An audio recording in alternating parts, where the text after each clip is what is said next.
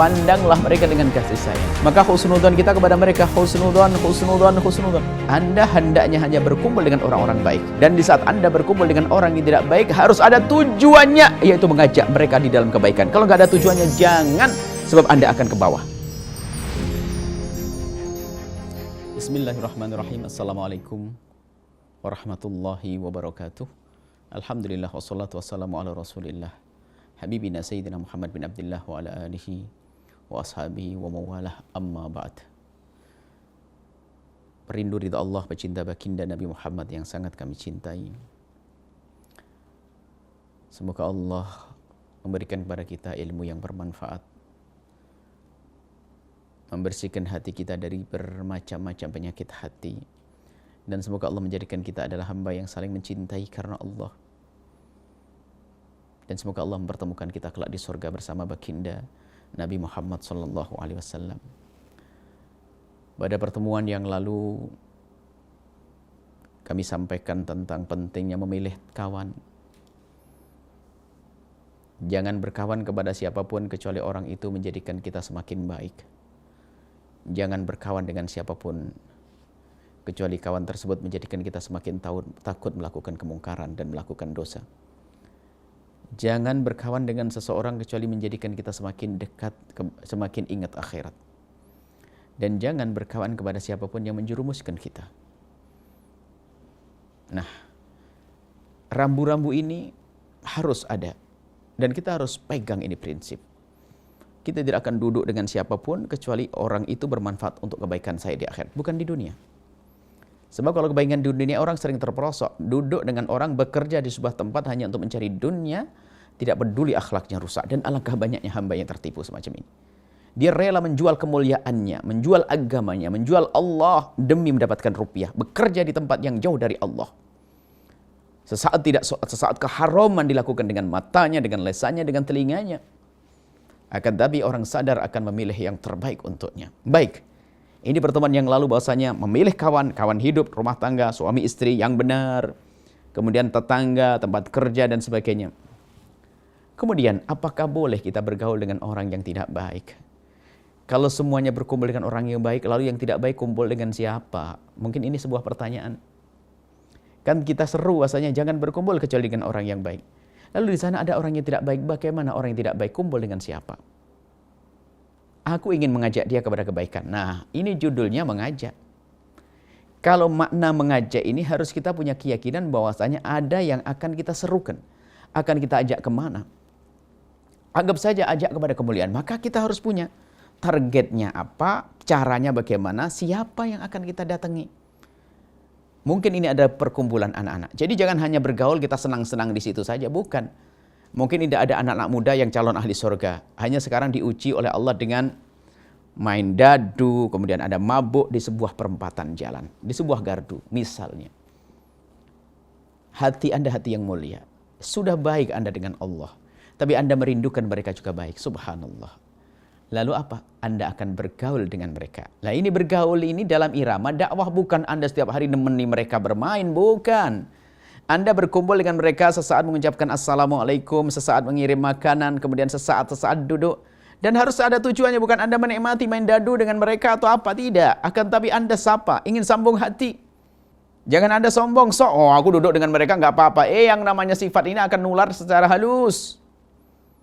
Belum lagi kalau kita duduk berlama-lama dengan dia, mungkin orang lain akan melihat bagaimana orang ini kumpul dengan orang gak baik, akhirnya menilai tidak baik kepada kita, sehingga akhirnya menjadikan dakwah kita menjadi tertunda. Lambat, kenapa? Dia saja duduk di seperti itu. Bahkan mungkin akan ditiru oleh orang lain dari sisi ketidakbaikan kita.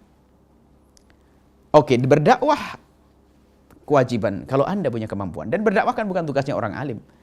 Akan tapi, dalam berdakwah Anda bisa mengajak mereka dengan cara Anda duduk dengan mereka, bergaul dengan mereka.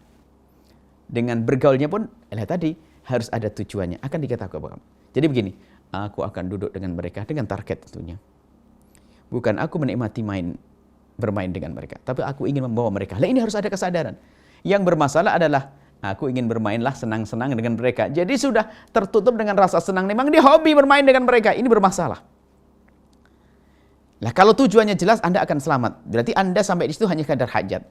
nyapa dia, makan bersama dengan dia, kemudian ngobrol-ngobrol, selalu pergi.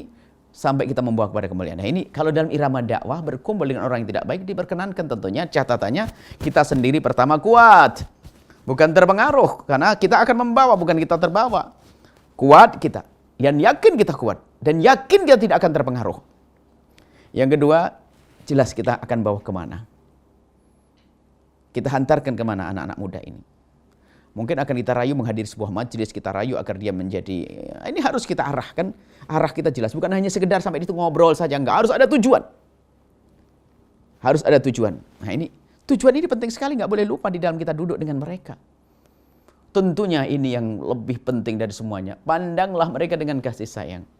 Kita sendiri harus kuat. Kalau kita sudah merasa kuat, artinya orang merasa kuat memang tidak boleh. Artinya dalam ukuran dohir kita adalah kita sudah mampu, enggak akan terpengaruh oleh mereka. Enggak boleh kita sombong, aku kuat, enggak terpengaruh juga, enggak boleh ngomong begitu. Tapi dalam dugaan kita insya Allah aman seperti saya. Tapi yang kedua adalah kita harus tahu akan kita bawa kemana. Jadi diskusi kita dengan mereka itu bukan kemana-mana. Bahkan kadang-kadang ngomong yang enggak benar, berarti kita ke bawah dong dengan mereka. Bahkan jadikan mereka senang duduk dengan kita. Tapi yang kita omongkan selalu mengarah kepada Allah, yang pada akhirnya mereka ikut kepada Allah. Kemudian yang terakhir dalam hal ini adalah jangan sampai kita meremehkan siapapun di saat mengajak orang lain. Jadi kalau kita melihat orang-orang seperti itu, kita pandang dengan pandangan kasih sayang. Jangan sampai karena kita sudah baik, merasa lebih baik, sehingga kalau ketemu dengan orang seperti itu langsung dengan merendahkan. Nah enggak. Kalau Anda merendahkan orang-orang seperti itu, Anda sendiri sudah rendah karena apa? Allah yang maha kasih bisa memberikan hidayah kepada siapapun yang Allah kehendaki. Bisa saja dia adalah anak yang berjudi di gardu tersebut, esok hari menjadi lebih baik dari kita. Maka husnudon kita kepada mereka, husnudon. Husnudon yang sesungguhnya. Dengan memohon kepada Allah, ya Allah, berikan kepada dia, ya Allah, segala kebaikan. Dan juga jangan lupa, sebelum itu semua Anda lakukan, Anda sholat 2 rakaat. Kalau Anda ingin mengajak kebaikan, ini menguji ketulusan kita. Anda sholat 2 rakaat di tengah malam, kalau tidak sebelum berangkat, sholat 2 rakaat dan minta, ya Allah, aku akan datang ke tempat tersebut. Aku akan datang dan aku mohon kepadamu, ya Allah, berikan kepada kami kekuatan. Dan jadikan lisan kami lisan fasih yang bisa didengar olehnya. Dan jika itu menjadi ilmu manfaat, menjadikan dia sob sadar. Harus begitu. Jadi mengadunya kepada Allah di tengah malam. Jangan sampai hanya mengajak, tapi nggak rindu kepada Allah, bohong nanti. Nah ini adalah lanjutan dari yang lalu, bahwasanya Anda hendaknya hanya berkumpul dengan orang-orang baik. Dan di saat Anda berkumpul dengan orang yang tidak baik, harus ada tujuannya, yaitu mengajak mereka di dalam kebaikan. Kalau nggak ada tujuannya, jangan, sebab Anda akan ke bawah. Hati-hati, Anda akan ke bawah, apapun bentuknya. Jika Anda duduk dengan orang yang belum baik, jika tujuannya bukan Anda ingin membawa mereka, maka ketahuilah Anda yang akan terbawa. Semoga Allah menjadikan kita juru dakwahnya Nabi Muhammad, pejuang-pejuang yang tulus. Siapapun Anda, dengan keahlian apapun, semoga keahlian yang Allah berikan kepada kita bermanfaat untuk umat Nabi Muhammad, berguna untuk membawa umat Nabi Muhammad kepada Allah Subhanahu wa taala. Nuhibbukum fillah. Kami mencintai Anda karena Allah. Doakan kami. Assalamualaikum warahmatullahi wabarakatuh.